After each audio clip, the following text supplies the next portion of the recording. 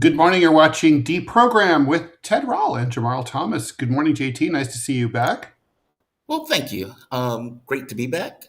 How you doing, Ted? Doing okay this morning? I'm doing okay. So it looks like the Iran war is back in effect. Yeah. Ceasefire in name only. A judge is reaming DC jail officials for the way that they're mistreating the suspect in the White House Correspondents Dinner shooting.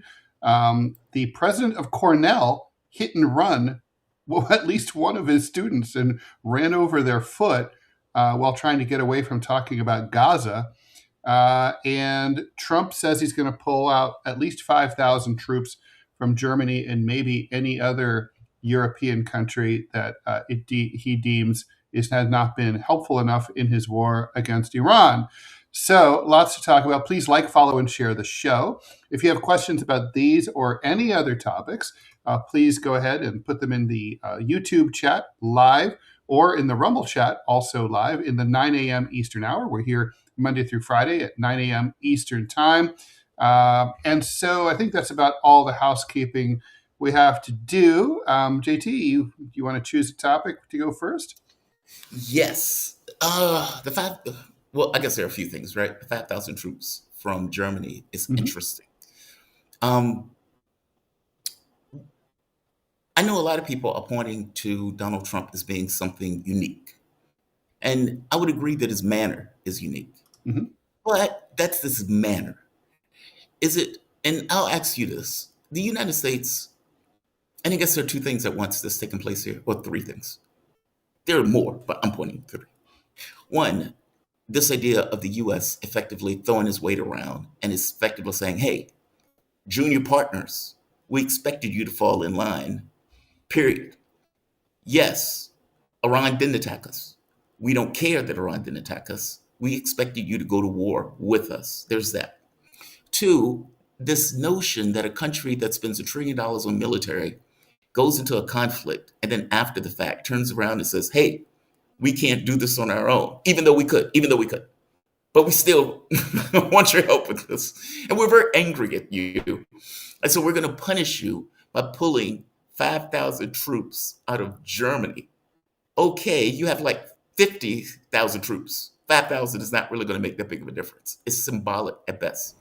And third, this power projection device called NATO, that I don't believe for a moment that the United States, in real terms, even from a congressional standpoint or otherwise, or presidential standpoint, will pull out of. It's all for show, even though Germany and Europe is somewhat freaking out about the fact that the U.S. is doing it. How do you view, give me your take on this. Well, everything you just said, and I would add a few things. First of all, this is kind of like when in New York City, during the peak of Black Lives Matter, and the cops said, oh, okay, if you don't like us, then we'll just stay home. And every New Yorker was, oh, no, not that. Don't stay home. God, that would be terrible. And, just nobody cared. And it's sort of like that, right? I mean, if I'm German, let's face it, we know why those NATO troops got there in the first place. They're basically residual post-war occupation troops. Yes. And it's an occupation. I mean, the only benefit that these troops have in Germany is that I guess some of them go off base during R&R and they spend some money in the community. That's probably it. It probably benefits the sex worker community a lot. I'm not really sure what it does, for the people of Germany. Who are they being protected from? The big bad Russians? Get real. Be serious, right? So, if I'm Germany, I'm like, you can take those 5,000, you can take 10,000, you can take them all. You can close Mannheim Air Force Base. I don't care.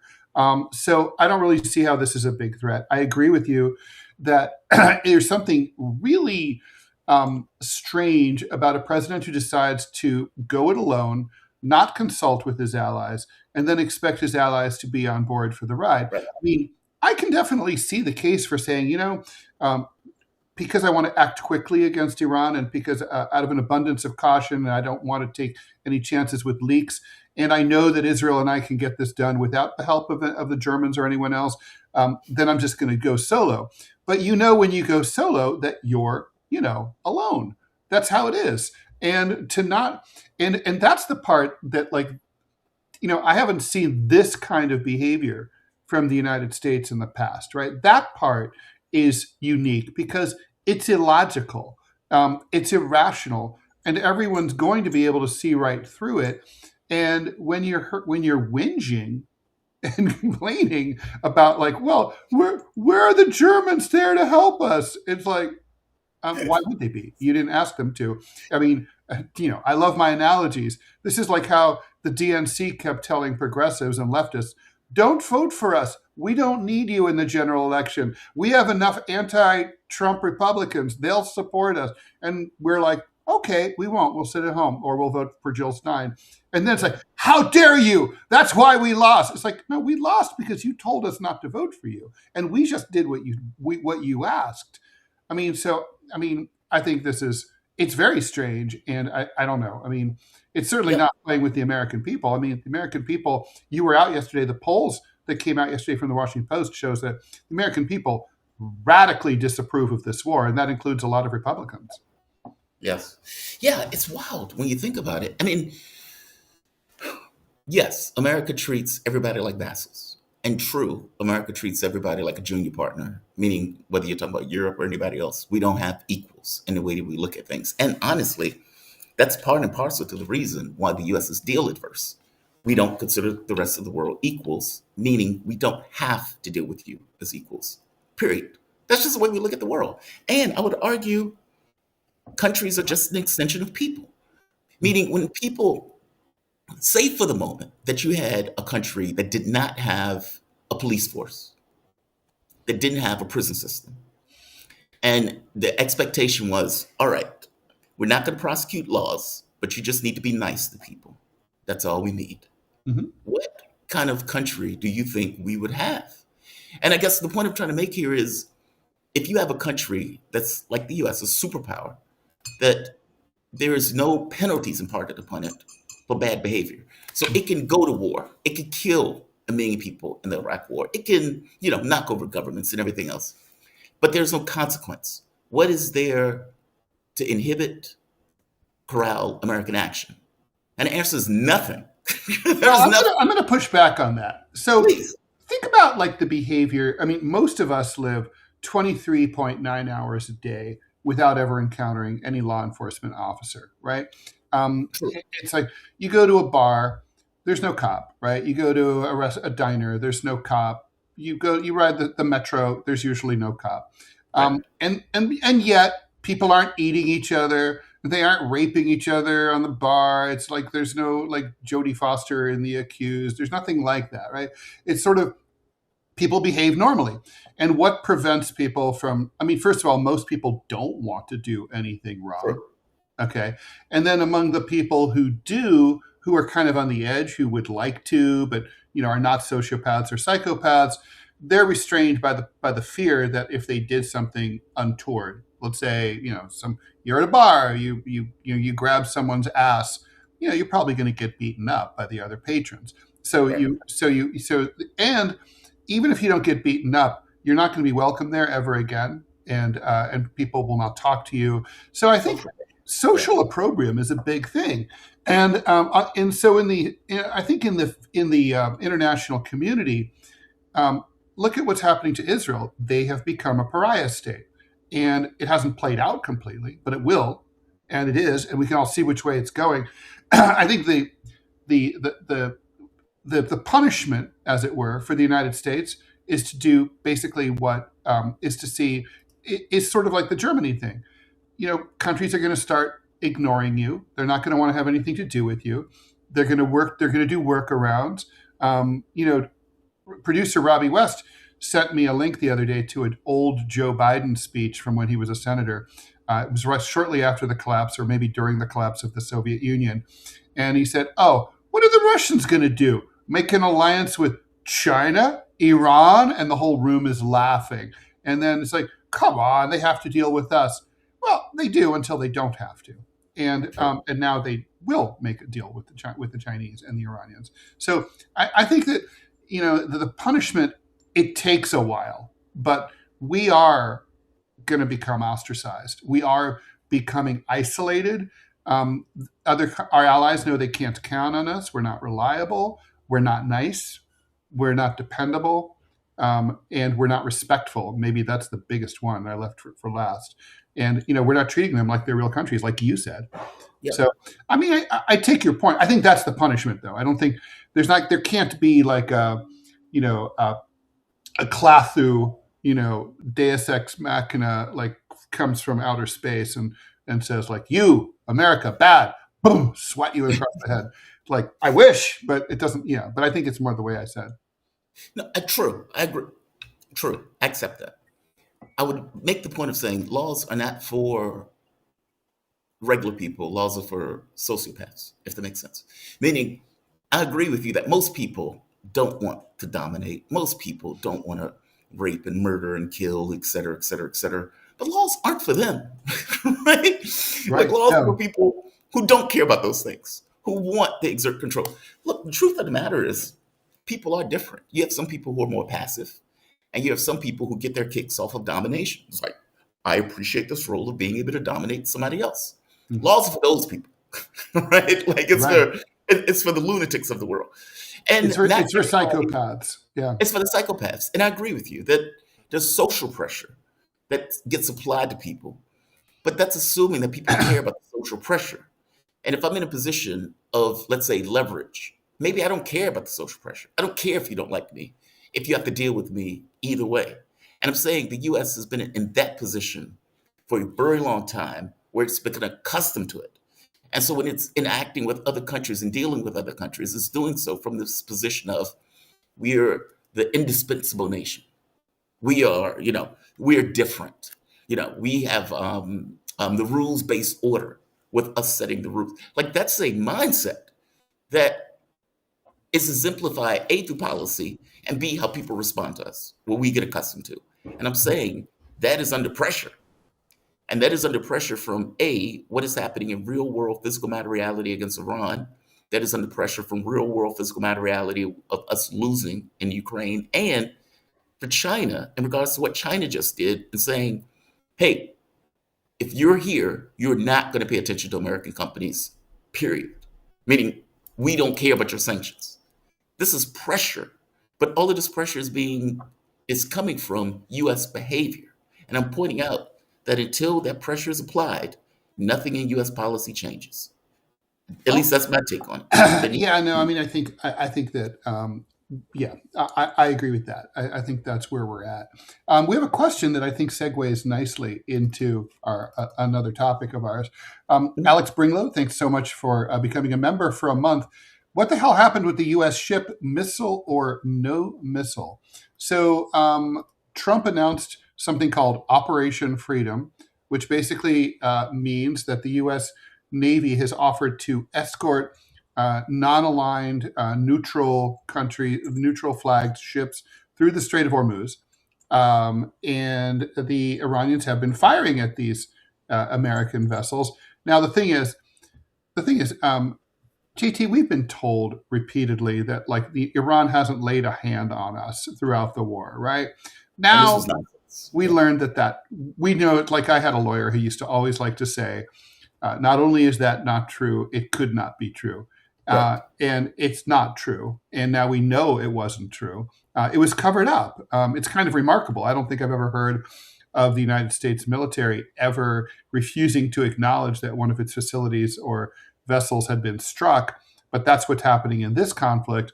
They're just trying to put a good face on everything. Hell, I'm not really sure we know the total number of American airmen and soldiers and sailors who've been killed. We don't know. Certainly we don't know about the number of injuries. So I guess the question is, we know that missiles, including cruise missiles, have been fired at American vessels. I wouldn't put it past the Trump administration or the Department of War or whatever the fuck it's called now to just say, to cover it up if they had. But clearly, I mean, the big point here is the ceasefire is no more, right? It's in name only. I mean, the UAE says that one of their energy facilities was set on fire, probably by a drone, maybe by a missile. Yes. Oman is not specifying exactly what happened to it. but Oman got struck by the Iranians, apparently, or might have been by the Houthis. The Iranians sent 6 small patrol boats to go after the commercial ships, but the U.S. claims to have destroyed those, and 2 destroyers, but at least one tanker successfully traversed the Strait of Hormuz. I guess someone was impatient. But this is going to look, the Iranians are going to draw blood. There's no question about it. Yeah. So there are a few things. One, the blockade is not a total blockade. Mm-hmm. So there's that. There are holes in it. It's porous. There's that. From the standpoint of the U.S. trying to blockade Iran, it hasn't blockaded everything. It's only blockaded some of the ships that have gone through, meaning it's not a total blockade. There's that. 2, you're right. There's a discrepancy taking place where the U.S. is like, yeah, we murdered X number of Iranian boats. Iran is saying those weren't IRGC boats. Iran is saying those were just innocent people who were boating, kind of like in Venezuela in the Caribbean. Which is true? Who knows? Iran has thousands of those boats. If they lose a few, that's not necessarily indicative of anything significant. You're right. It seems that Iran did fire on a tanker that tried to, I don't know, pretend as if it was going through the Strait of Hormuz, mm-hmm. or tried to go through the Strait of Hormuz. Either way, that tanker hauled ass and left after being fired upon. Mm-hmm. The U.S. came up with this freedom project. It's not escorting anything. It's saying, hey, guys, here's a way that you can try to get out of the strait, and good luck in trying to get out of the strait. Meaning, they're not escorting anything. It's not like the U.S. is taking ships through the strait and saying, okay, we're going to welcome you through. The U.S. ships aren't getting near the strait because the U.S. knows that Iran will blow that shit out the water. There's that. The hot war. Yes. Because, I don't know how there is no ceasefire in real terms. No, there's no ceasefire. Yeah. Oh, and by the way, and they did fire on the UAE. The reason is because the UAE has been assisting the United States hand over fist. And the UAE has a pipeline. It starts with an F, Fallujah, whatever the name of the pipeline starts with it. That pipeline gets around the Strait of Hormuz. And so I don't remember if you and I were talking about it or me and somebody else was talking about it. Our thing was the UAE is crowing about this pipeline that is going to be the first thing that gets hit. Fast forward 2 days later, that is the pipeline that effectively gets hit and is attacked.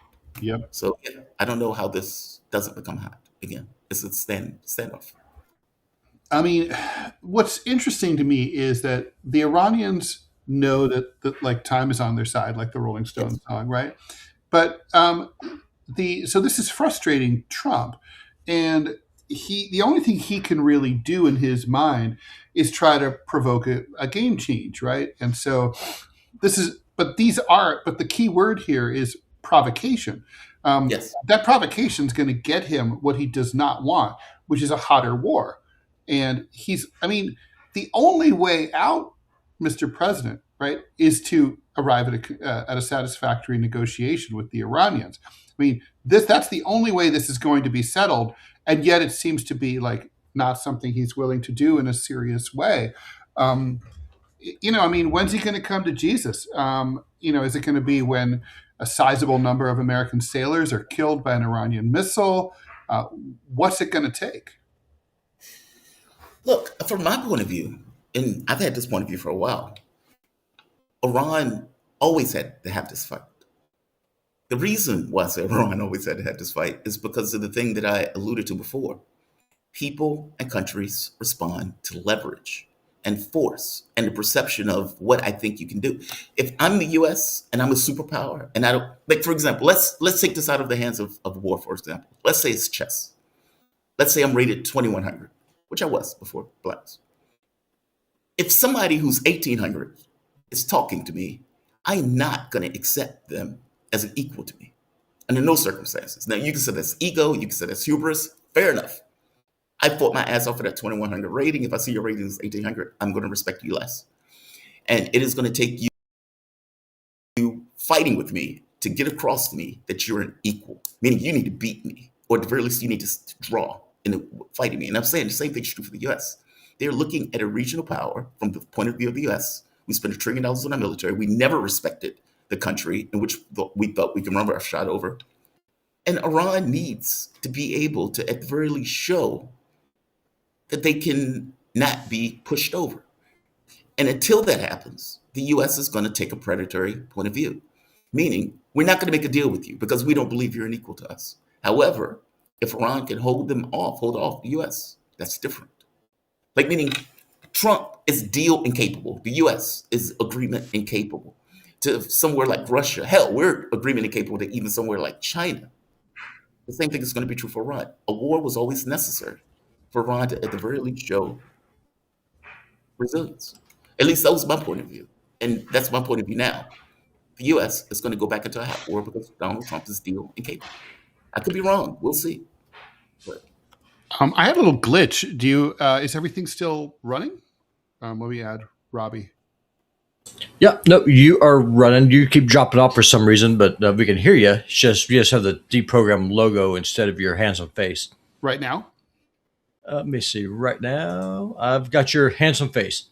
Okay, how strange. All right, I might hit reload. Anyway, I'm going to put you guys. So you guys are both on, right? I'm going to hit reload and see if I can, because it's frustrating. Okay, you guys keep going. Okay, yeah. Look. The reality of it is, foreign policy is not about who's nice, who's pleasant, who's polite. It's not about any of that stuff. From the U.S.'s point of view, we're an imperial power. Donald Trump is doing any and everything in his power to maintain U.S. hegemony.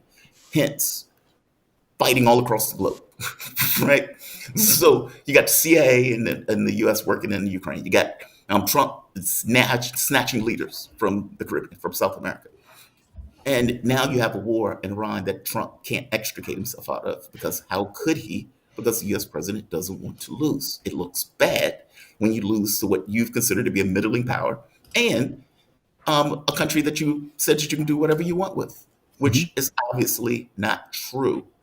And as you guys pointed out, the Hill is coming out with an article saying that the majority of Americans think Donald Trump is mentally and physically unfit to serve.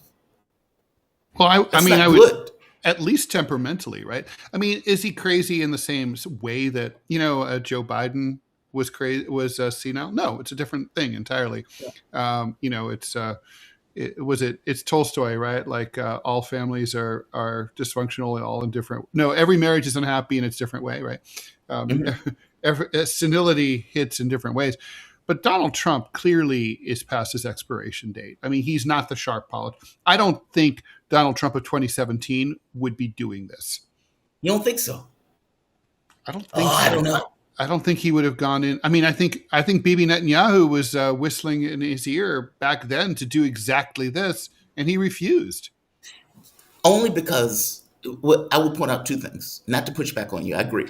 But one, Syria has fallen. So the door to Iran is open from the way they're looking at it.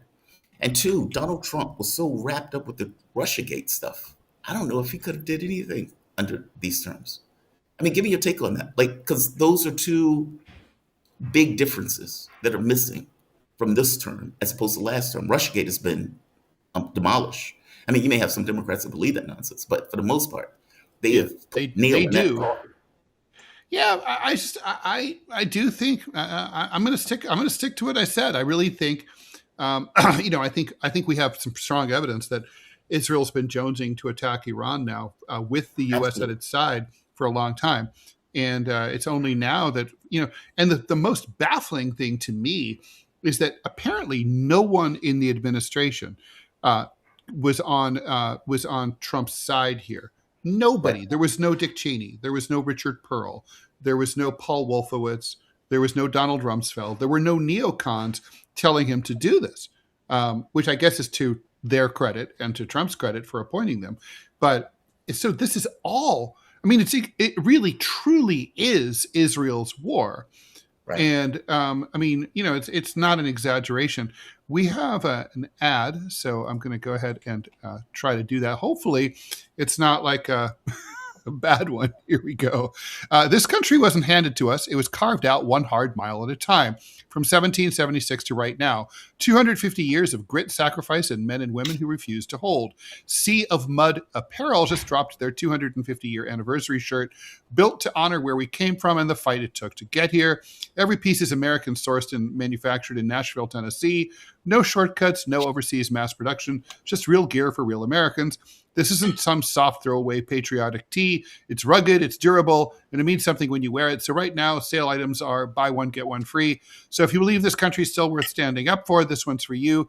Head to seaofmud.com. That's seaofmud.com. Use code RUMBLE for 10% off and take advantage of the BOGO deal, B-O-G-O, Sea of Mud Apparel, 250 years later, and we're not done yet.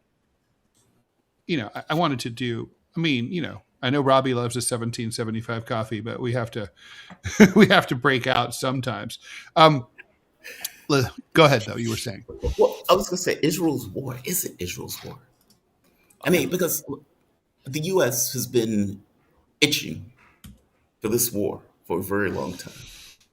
And from my point of view, and look, we can talk about it, the U.S. uses Israel as a stalking horse. It's like it's our dog in the region.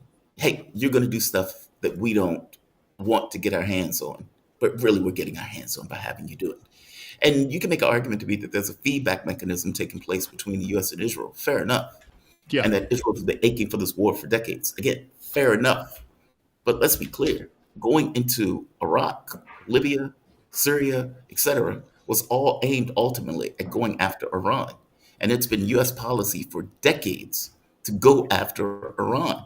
Donald Trump is just a fulfillment and a culmination of that particular policy, even though most presidents, for the most part, had sense enough not to do it during their administration. Give me your thoughts on that. No, look, it's true. Iran was always the big boy in the room, right? Everybody, after 9/11 is a great example. First, Afghanistan. Why? Not because Osama bin Laden was there. He wasn't. He was in Pakistan. They knew that at the time, as I reported at the time. But because it was easy. The Taliban didn't have an air force. They were a ragtag militia. It didn't stop them from defeating us over time. But, that's a political will issue. Then they're like, okay, we're geared up for Iraq. Iraq is like, why did they do Iraq? Well, they would have loved to have done Iran because, after all, Iran financed, Shiite militias in the Iraqi civil war. But right. Iran was too big. The U.S. tried to take out Iran, using Iraq as a proxy during the war in the 1980s. Didn't work. Iran is too big. It's too modern. It's too developed. It's too much civilization, right? It's too much, even for an empire like the U.S. to bite off. It's Parthia to ancient Rome. It's too big, and so. But that doesn't mean they didn't want it. It's just that nobody thought it was possible. And right. I guess still nobody thinks it's possible. And clearly it's not possible. So that's, Trump decided to do something that wasn't possible. And he just proved what we already knew. We have some comments and questions here. Manchild, thanks for the $2. With Trump continuing to have explosive diarrhea on the world stage, can anyone find the Pepto? Or is the administration just going to pull an Elvis and croak on the shitter? I vote for number 2. I think this this presidency is in deep shit. I'd be very surprised if the president isn't forced to resign before the end of his term at bare minimum. What about you? I think so. I just don't see how you stumble. It's May 5th. It's Cinco de Mayo, right? I don't see how we get to January 20th, 2029. That is a long, long way, right? No. 2.5 fucking years of this nonsense. It's not going to get better. The economy is going to get worse. People are going to get restless. The president of Cornell ran over a student. It's like things are crazy. And we need to talk about that. But yeah, I just don't see how you get there. It's kind of like, this is a marathon runner who's faltering at mile 3. How do you get to mile 26? The catch in order for that to take place, you would need Republicans to effectively pull that chain and pull that cord. It depends on For one, I think it in part depends on the midterms, right? If you get a Democratic House, Democratic Senate, they're going to impeach his ass.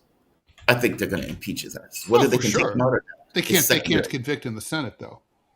That's the catch. They can't take him out, but they are going to definitely give him hell going forward. And he's going to be subpoenaed. Like all of his folks are going to have mad subpoena action coming out of the House of Representatives. Lawfare is on. Lawfare is go. Do Republicans? Because from your point of view, it doesn't take Republicans to turn for Trump to be like, okay, I'm out. Because it's hard for me to see that changeover, even though that changeover is possible depending on how bad things get if Trump becomes a liability. Because let me ask you this. It seems that Trump's political strength is the population, meaning he has a population of people that are willing to crawl on glass to support Trump. Does that change? And if that changes, does the political calculus from Republicans also change? You're a student of history better than I am on the politics of the U.S. So your thoughts? I think the answer is yes, but I'm usually pretty good at the how, right? Like when a prosecutor presents their narrative of a case to a jury, it's not enough to just say like, she killed her husband. I have to know like what knife she used, what time of the day she used it, right, why she did it. I have to have a theory of the case. I don't have a theory of the case here. I don't know exactly how it goes down. But I don't see, but one way or the other, whether it's failing health, failing mental acuity, J.D. Vance sees an opportunity or the necessity to invoke the 25th Amendment. Enough Republicans crap out and just say like, oh my God, we can't all go down with this guy. But something's going to happen. I don't know what, but like something. And I don't think that's a hope thing. It's because it's going to be ugly when it happens, but it's going to be. But I just don't see this person with this temperament, unable to listen to any of his own closest advisors, taking advice from a foreign leader from a country that means us ill, that does not care about us at all. This is basically Trump's a foreign agent at this point. I mean, that's fucked up, and I just don't see how it sustains itself. Robbie, you have thoughts? Well, yeah, because I think that it's an undeniable fact that Israel controls our government, and they do it through a couple of different ways. And I'm going to bring some receipts here. First note, Ted, when you and me were talking before the show started, your alma mater is taking away diplomas of people who criticized Israel. So think about that. You go, you spend all this money, you buy a degree, you criticize a foreign country, and then the university revokes the diploma that you've earned. You can criticize China, Mexico, your own country, no problem at all. But if you criticize Israel, you're fried. If you want to know who controls you, find out who it is that you're not allowed to criticize. Rule number one. I think Voltaire said that, if I remember right. Ted, is that correct? I think I want to say right. That's his quote. Second, taking this a step further, we have almost 40 states have anti-BDS laws. Right. Texas famously says if you don't swear a pledge of economic loyalty to Israel, you cannot work as a contractor for the state of Texas. Well, that's a direct violation of the First Amendment. I get to choose who I spend money with and who I don't. It's a government restraint on speech for sure. 100%. You don't have that restraint on any other country except for Israel. Then let's take this. Well, I mean, of course, there's Benin. You're not allowed to say anything bad about Benin or Vanuatu. Yeah, whatever. I don't even know what those joking. are. But I mean, you pick up the point that I'm saying here. And then we'll take it a step further. If you push hard enough, you can get debanked. You can get completely frozen out of society. There is no other country on this planet that has that power. And then you have the talking heads like Mark Levin, who's advocating the nuclear attack on another country. And you get your Republicans clapping like a bunch of stone seals because they think this is a great idea. And keep in mind, these are the same Republicans who will say, oh, we care about the Constitution. I'm a constitutional conservative. No, the hell you're not. You're a war-sucking pig. Yeah, and they're all ignoring the War Powers Act. Well, the War Powers Act is unconstitutional. It's Act 2 of the Constitution.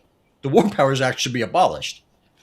The War Powers Act was a stupid workaround. Well, they're not even following it, even with the stupidity of it. Well, JT, I mean, it goes what you said, right? If it's a rules-based order, and you get to make the rules, the laws really matter.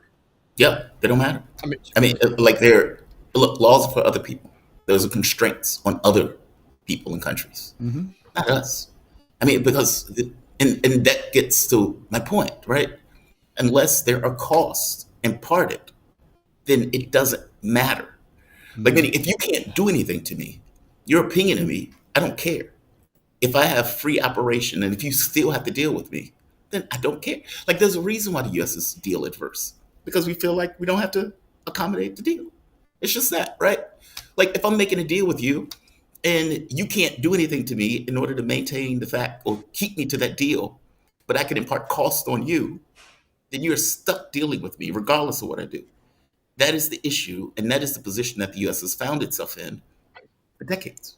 Now, but let's talk about Trump. I mean, I do think we want to follow up on that, right? I mean, I think people need to know that. I don't see how a president with a 33% approval rating survives. That hasn't happened before. Right. So, there's that, right? The last time we saw a president with those kind of numbers, we're talking about George W. Bush at the end of his term, after the disaster in Iraq. Before that, we're talking about Nixon, maybe 6 months before resignation. He's a lame duck, but hitting this bottom before the first midterm election of his second term, that's early. And I just don't see the turnaround, right? I mean, this morning I heard Trump talking and at a speech where he said, well, everybody asks, 6 weeks, what's taking so long? Vietnam, we were there for 19 years. I'm like, the reason we're asking what's taking so long is because you said you'd be done by now. This isn't like us making shit up and becoming impatient. Are we there yet? Right? This is you repeatedly said. He violates the Jeff Bezos rule, under promise, over deliver. He does exactly the opposite. So of course everyone's pissed. Well, Vietnam didn't hurt the American economy either. That's not true at all. No, that's not true. No, the Vietnam War absolutely decimated the American economy and led to the oil shocks of the mid 1970s. It fucked us up. We left a lot of materiel and cash and investments back. What people don't know is why were we in Vietnam, right? Massive natural gas resources. Yeah. That was the main thing. And it had a huge impact. And people started to feel it by 72, 73, which is right around the time that the Nixon administration got serious about withdrawal. Mm-hmm. I agree with you with Trump, by the way, right? I don't know the mechanism by which this stuff takes place, but it is a hard pill to swallow.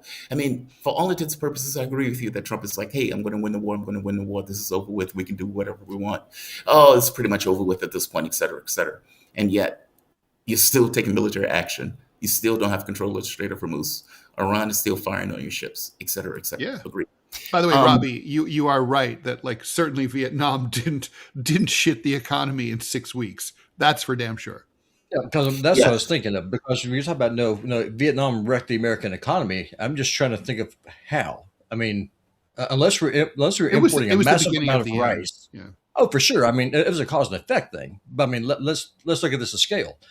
Vietnam did not turn off the global energy market. No. Right. Nowadays, I mean, you can make a case that Nike would be in a full-on panic if something happened. It'd be bad for them, but not necessarily bad for anybody else. Right. What we're doing with Iran, our local newspaper saying we could actually start running out of gas here in western Montana within 6 weeks. Oh, I wouldn't be surprised. And the ranchers are completely shitting the bed because... And diesel costs are stratospheric. Oh, yeah, for sure. And so now... irony of ironies, a lot of the farmers are starting to try to go north to our Canadian friends, and the Canadians are just laughing at us. Sorry, we need your own. It's also the beginning of the summer travel season. Us Americans, and I'm one of them, we love our road trips. Yes. And this is it's a big country. Yeah, and flying, right? Yeah, I mean, it's a big deal. It's not insignificant. This is a new norm. I guess from my point of view, whether you're talking about China passing sanctions on America, in this case, kind of sanctions on America, basically don't acknowledge U.S. sanctions. Okay, that's new. That's a whole different animal, right? This is the other quote-unquote superpower exerting its economic influence in a way that has never been exerted before on the U.S. Or whether you get Iran. I mean, I think part of the issue too is the U.S. and America knows that the U.S. spends $1 trillion on military, meaning every 1.5 soon. 1.5 soon. Every American knows we spend we spend more than 9 times, or than the 9 other nations combined. Maybe that number is 5 other nations combined. But no, it's like 9. And the thing is, we're not talking about like little wimpy nations with like Luxembourg. We're talking about like Russia, one of the biggest arms producers in the world. Russia. Yeah. And so America knows that. So when you're going into a war with, let's say, Iran, the expectation is, why isn't this over with yet? Yeah, we should be wiping the floor with them, right? Yeah. I mean, except for the fact that we surrounded them with bases and we thought that we had them right where we wanted them, but actually they had us right where they wanted us, because we created targets. Our biggest protection in the early days of the Republic and now is those 2 big oceans and 2 friendly allied countries that keep, long distance things from hitting us. So going to put a base like right up on the border of our enemy seems like a mistake. Yeah, it became a liability.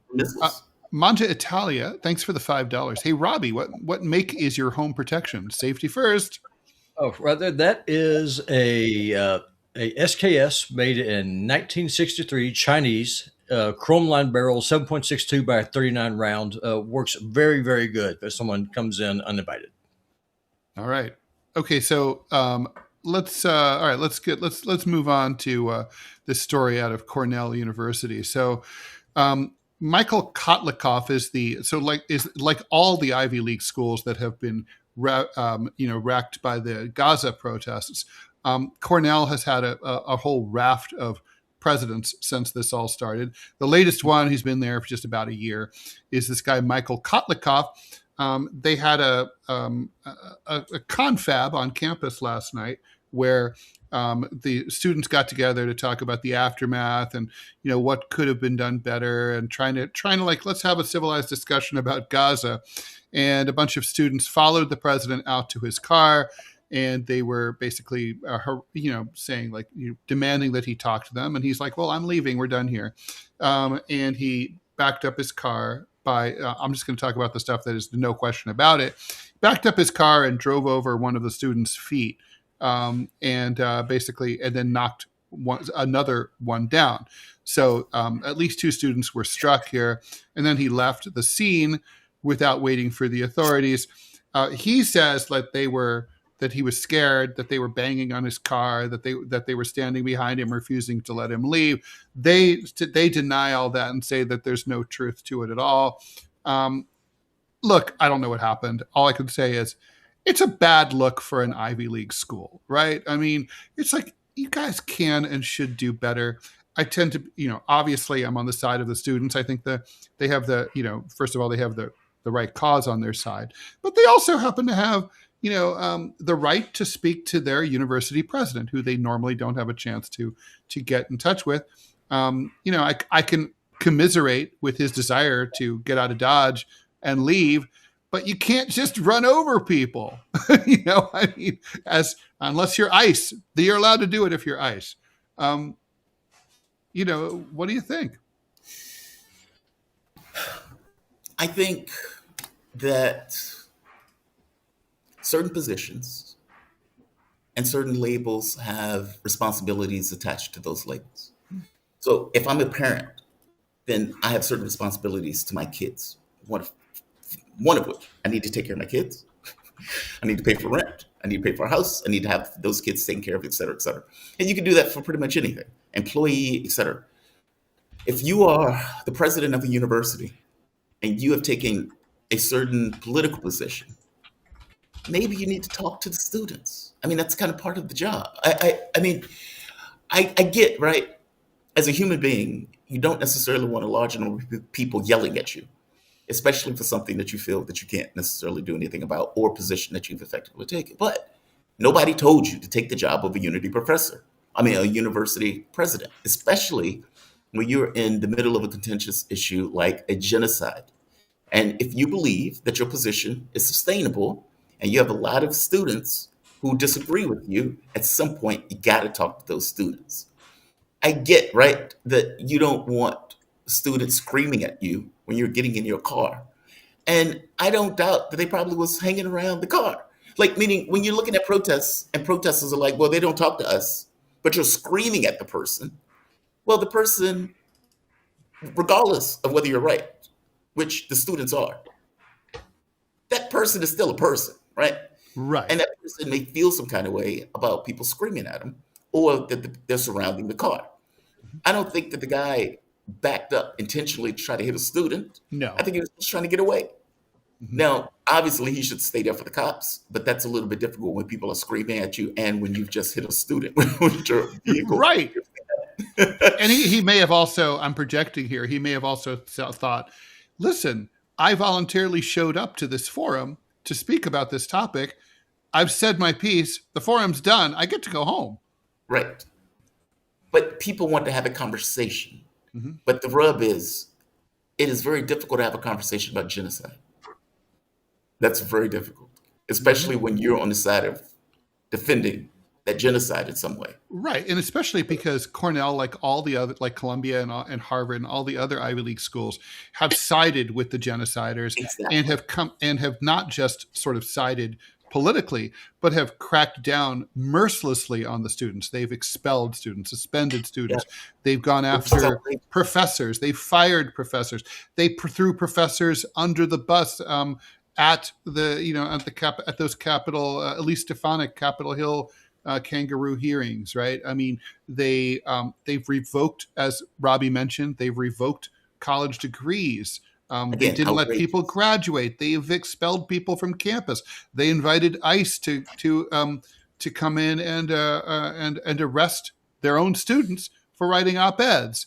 I mean, so these schools have been really. It hasn't even been a matter of like they have their thumb on the scale, and they even banned. I love the fact that they banned a group called, wait for it, Jewish Voice for Peace. I mean, it's a Jewish group, and you banned it. Columbia did. Anti-Semitic bastards. Anti-Semitic motherfuckers. Yeah, yeah. I mean, no, I agree with you. Those students have every right to be animated. Every right to be animated. Right. And I don't blame them. And he has the right to go home. Yeah, God I mean, I would just say personally to my fellow lefties who are in favor, who are trying to support the people of Gaza, seriously, don't stand behind people's cars. Yeah, don't do that. It's not smart. You'll get hit. They're going to hit you. And they're going to claim, I was scared. I was terrified. Right, and by the way, don't stand in front of people. Yeah, I don't believe for a moment that the man did his car in a way where he was intentionally trying to hit a kid. Right. But just don't. I mean, as a matter of course, even in the most apolitical of circumstances, like in a parking lot, don't walk right behind someone who's a car when someone's in the car and the engine's running. Right. Don't do it. Yeah. It's not a good idea. You're going to get hit. Yeah. It will happen. Let's see. Andre 420 Reform, thanks for the donation. Robbie is a CCP plant confirmed. LOL. Well, we'll let Robbie into. Are you a Chinese Communist Party begonia? I am a huge fan of Soviet era firearms because if you live in a place like Montana where it gets very, very cold, and if you like to hunt like I do, right. If you got to take your gun apart out in the middle of the woods, you want large, oversized pieces that you can use, that you can work with while wearing gloves. You cannot do that with modern American firearms. They suck. And the 7.62 by 39 round is fantastic. 300 range a 300 yards range, it'll put either a 4-legged or a 2-legged critter down, no problem at all. Okay, Robbie, I'm going to leave you. Go shooting. I enjoy shooting too. I love shoot. Have you ever shot an SKS, JT? No, not that specific gun. I do enjoy shooting them. I mean, when I was there, I went to Slovakia once with I took my ex-girlfriend to Slovakia. She was Austrian. And I was like, we're going to have the greatest date ever. You're never going to have a date this good. And she was like, really? I was like, yes, really. All right. First thing in the morning, I crashed the car in the parking garage. While trying to hit a protester. I had to drive the car back to the thing. So we're sitting in the dealership for God knows how long while the rental thing goes through. We get to the shooting range. It's in Slovakia. And they have pretty much any gun you can think of. Sniper rifles, machine guns, the works. And so I'm like, this is going to be great. Yeah. She has like a 6-shooter, like just a small 6-shooter. She shoots it once and like drops the gun. It's like, oh, she's like, it's so violent.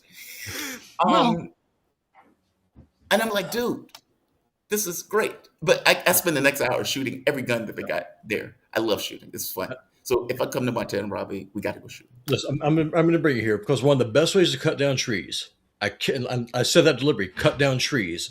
I have a Mazda Nagant. Thing was made in 1938. It's got the Soviet steel. It's authentic Soviet.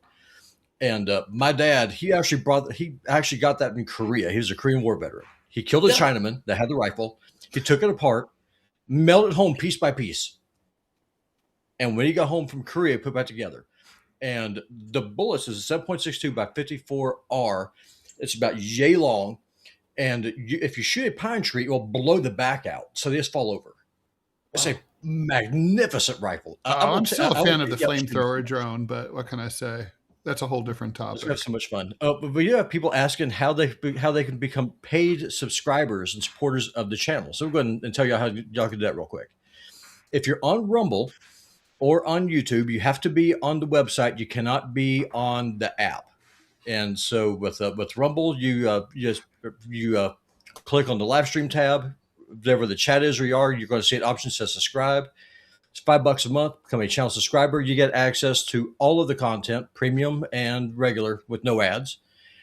On YouTube, you click on where it says subscribe, and you can join at any time. But with Rumble, the limitation is that you can only become a channel member during a live stream.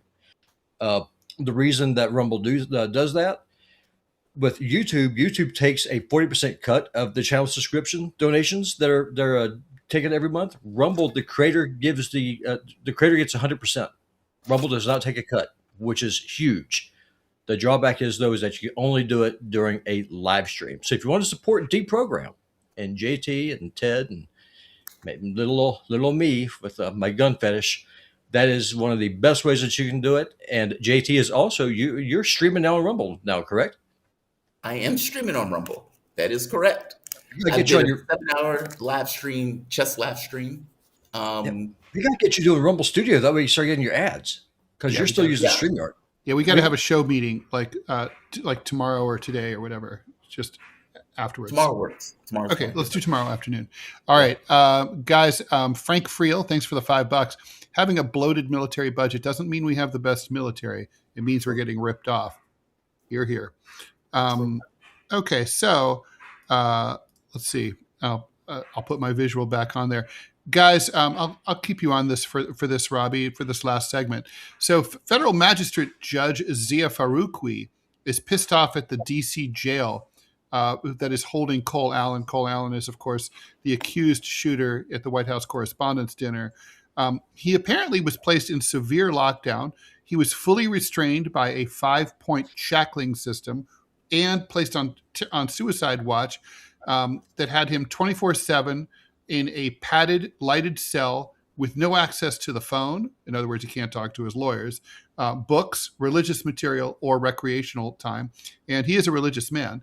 And so anyway, according to the judge, this is unfair and seems to be used to punish him before he's convicted of any crime.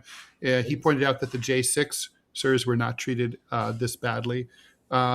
it seems to me, I mean, I'm just going to say, sounds to me like the Trump administration let it be known that this guy is to be treated poorly.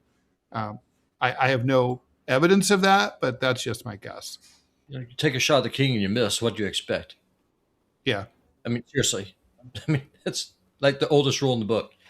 Right wingers are saying, like, well, like it's ridiculous to care about the conditions that someone is held in. They don't think that when it's one of their own, right? When it's January 6th. I mean, look, this can be anybody. Like something like 1 out of 15 American men end up in jail or prison at one point in their lives. I've read as many as 1 out of 8. I mean, I've spent I don't know, probably a total of about a week in American jails. It's not that unusual. I think it's in everybody's interest that everybody be treated well, and bear in mind the fact that you're talking about people who haven't been convicted of any crime at all. But even if you have been, I mean, how a society treats its prisoners is a huge metric of what kind of society it is. Luigi's been in prison for over a year and hasn't gone to trial. So, I mean, there is no justice. We have a legal system. We don't have a justice system. Mm-hmm. Correct. Well, it's not about justice. It's just not. It's about a country maintaining law and order in the way that it. Look, yes, he's going to be roughly treated, just like the J6s were roughly treated. J6s were roughly treated because, from the standpoint of the government, you raided the Capitol. It is immensely humiliating, and you want to deter that particular behavior by treating people as poorly as possible, so people can see that these people are being treated as poorly as possible. I suspect the same thing is true for code. It's not about being right or wrong. It's about the way a government tries to instill a certain amount of authority, saying, don't do this. And this is what Trump is doing to him. This is what Biden did to J6ers.